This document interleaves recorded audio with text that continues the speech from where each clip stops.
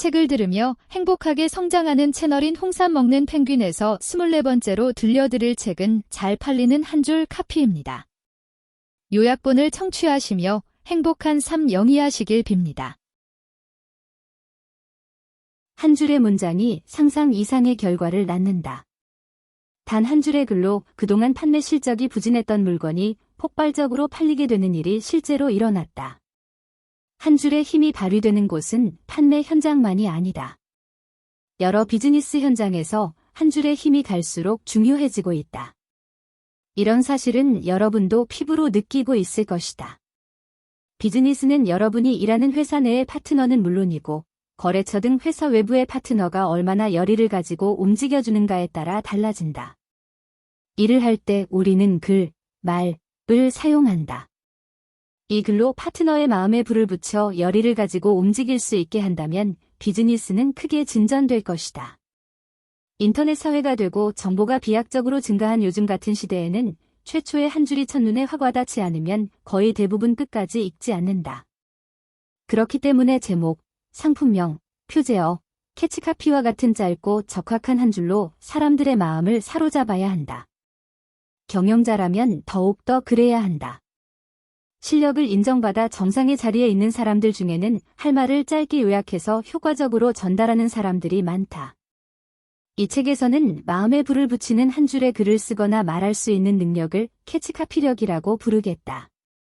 팔리지 않는 시대에 새로운 판매 방법을 거론할 때 이야기와 캐치카피력은 자동차의 양쪽 바퀴처럼 중요한 요소다. 복숭아 순무는 당시 오이식스의 신입 여자 구매 담당자가 발굴한 상품이다. 농가를 방문했을 때 하쿠레이라는 품종의 순무를 대접받았는데 너무 달아서 복숭아 같다 라고 감탄한 일화가 이 상품이 탄생하게 된 유래다. 판매 사이트의 구매 담당자와 농부의 실제 대화를 올려 순무는 히트 상품이 될 수 있었다. 만약 이 상품이 복숭아 순무라는 이름이 아니라 있는 그대로 순무였다면 잘 팔렸을까? 이 책은 단순히 판매와 관련된 사람뿐만 아니라 글의 힘으로 직업이나 인생을 바꾸고 싶어하는 모든 사람들에게도 유용한 책이다. 또 많은 책이 혼동해서 이야기하고 있는 무엇을 말할 것인가와 어떻게 말할 것인가의 차이를 명확히 제시한다. 물론 엄밀히 말해 한 줄의 글이 아닌 경우도 많다. 여기서 말하는 한 줄은 비교적 짧다는 의미로 이해해주길 바란다. 이 책을 읽고 여러분이 팔리는 한 줄, 상대가 열의를 가지게 만드는 한 줄, 행동하게 만드는 한 줄을 쓸 수 있게 된다면 저자로서 그보다 더한 행복이 없을 것 같다. 그러니 부디 끝까지 함께하길 바란다. 이름을 바꾸면 가치가 달라진다. 우선 이름만 바꿨을 뿐인데 상품에 대한 인식이 완전히 바뀌고 불티나게 팔린 몇 가지 사례를 살펴보자.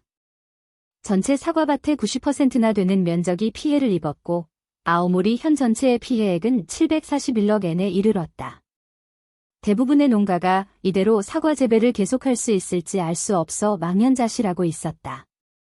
그러던 중 어느 마을의 사과 생산자가 낙과하지 않은 사과에 다른 이름을 붙여 그것을 부가가치로 팔 수 없을까?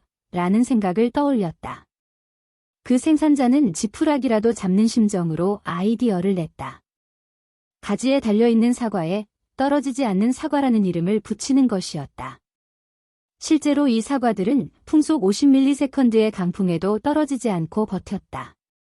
떨어지지 않는다라는 말을 좋아할 사람은 누구일까? 그렇다. 바로 수험생이다. 전국 신사에서 수험생 부적으로 이 사과를 팔면 어떨까?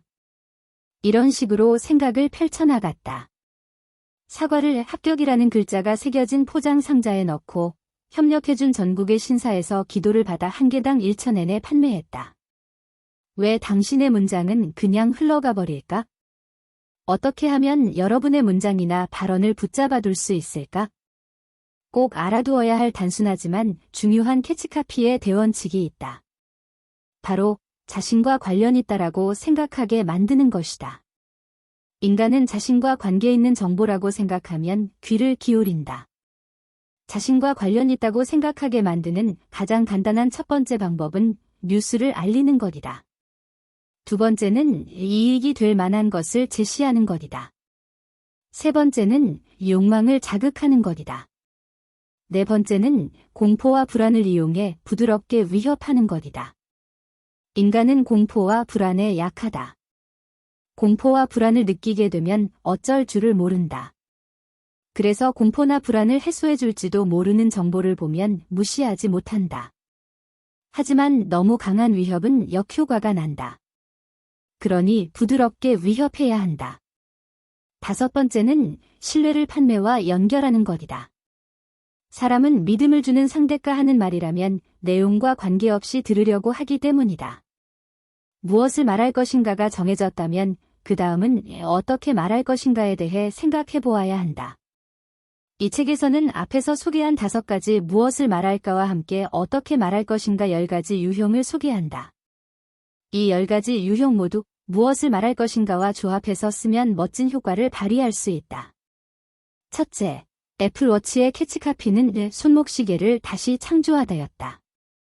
스티브 잡스는 현장에서 상당히 능숙하게 뉴스가 되는 캐치카피를 전달했다. 주머니에 1000곡의 노래를 애플이 전화를 재발명하다.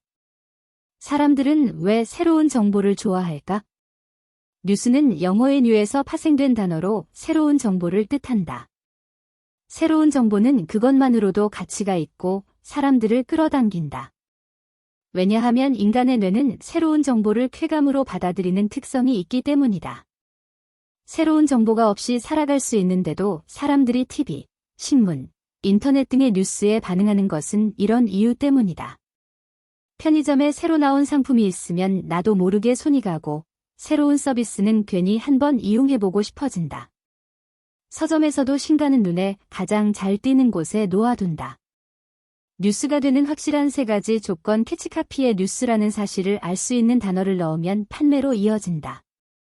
예를 들어 세계 최초, 일본 최초, 업계 최초와 같은 퍼스트원은 이것 자체만으로도 뉴스가 되기 때문에 새로운 것을 좋아하는 사람들의 마음을 사로잡을 수 있다.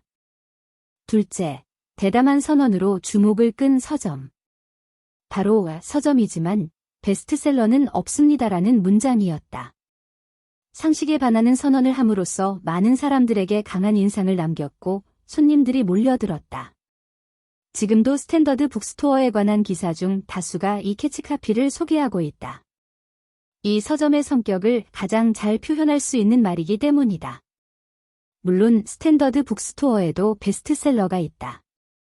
베스트셀러는 없습니다라는 말은 베스트셀러를 가져다 놓지 않겠다는 의미가 아니라 베스트셀러라는 이유만으로 책을 가져다 놓지는 않겠다는 의지 표시다. 셋째, 사람들은 자신에게 이득이 있으면 관심을 기울인다.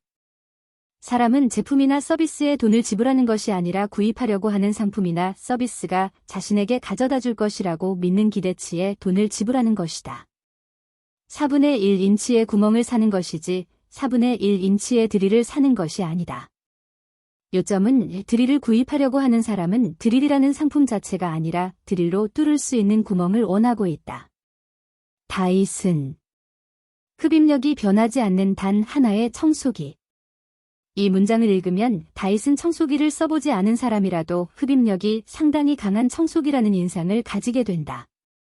넷째, 상품을 팔 때는 최초의 장애물을 가능한 한 낮춰 고객이 이거라면 계속할 수 있겠다는 생각을 갖게 하는 것이 중요하다.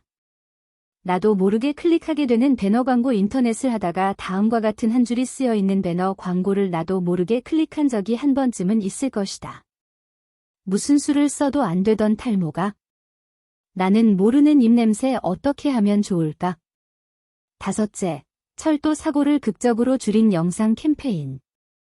바보같이 죽는 방법. 하지만 이 캠페인에서는 바보같이 죽는 방법이라는 웃음이 담긴 엔터테인먼트로 접근한 것이 효과를 발휘했다.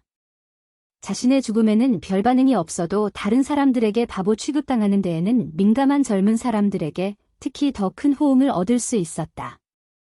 타깃 한정하기. 책을 참조하여 무엇을 말할 것인가와 어떻게 말할 것인가 글로 물건을 팔려고 할 때 가능한 많은 사람에게 전달하고 싶을 것이다. 하지만 많은 사람에게 전달하려고 하면 할수록 누구에게도 전해지지 않는 문구가 되어버리기 쉽다. 왜 그럴까?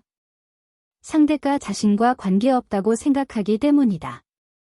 가능한 설득할 대상의 범위를 좁혀 한정하면 이건 내 이야기야라며 자신과 관련 있다고 생각할 수 있다.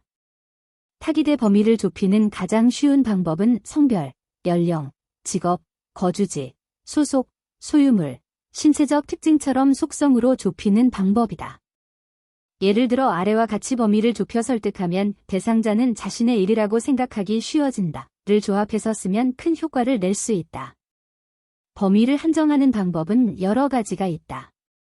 고민, 가치관, 소원, 사상 등의 내면적 요소로 좁히는 방법과 용도, 사용 목적 등의 행동적 요소로 좁히는 방법이 있다.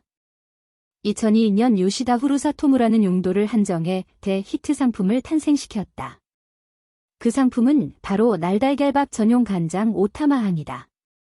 질문 던지기 사람은 질문을 받으면 저절로 답을 찾는다. 다시 말해, 그 질문을 자신도 모르는 사이에 자신과 관련 있다고 생각해버리는 것이다. 질문 던지기라는 기법은 책 제목으로도 상당히 자주 쓰이고 있다. 많은 책들이 제목에 의문형을 쓰게 된 계기는 누가 뭐라 해도 2005년에 발매되어 밀리언셀러가 된 야마다 시야의 사오다케아는 왜 무너지지 않는가? 일상의 의문으로부터 시작하는 회계학 때문이다. 대비와 살짝 바꾸기. 캐치카피는 어조나 리듬이 상당히 중요하다. 어조나 리듬이 좋으면 머리에 쉽게 들어오고 감정이 움직여 기억에 남는다.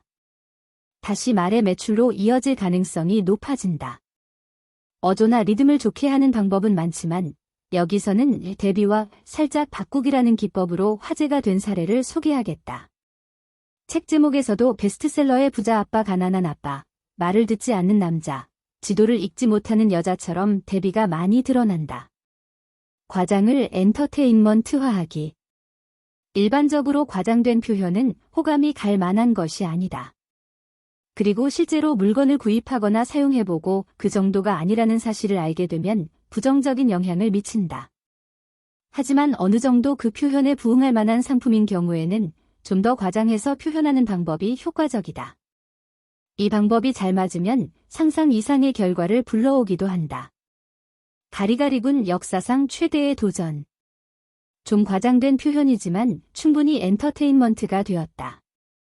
중요한 정보 숨기기.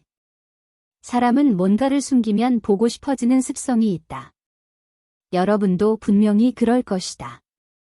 이것은 매출로 이어진다. 상품명이나 가게 이름에 숫자를 넣어 성공한 사례를 살펴보자. 2012년 7월부터 키노쿠니야 서점 신주쿠 본점에서 개최된 페어가 큰 화제를 불러일으켜 책이 불티나게 팔렸다. 그중 대부분은 평소에 별로 팔리지 않을 것 같은 책이었다. 그런데 왜 이런 현상이 일어났을까? 책의 제목도 저자도 내용도 알 수 없게 해놓았기 때문이다. 작품의 첫 문장을 프린트한 페어용 커버를 씌워 책의 진짜 제목이나 내용을 알 수 없게 해서 판매한 것이다. 상식을 뒤엎는다.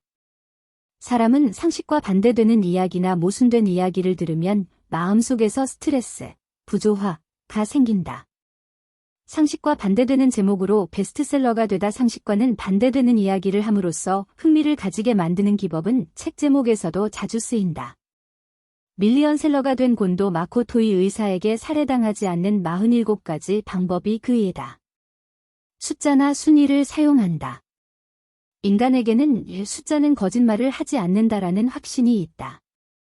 전달하려는 내용에 구체적인 숫자를 넣으면 신뢰성이 증가하고 설득력도 생긴다. 이것은 매출로 이어진다. 상품명이나 가게 이름에 숫자를 넣어 성공한 사례를 살펴보자.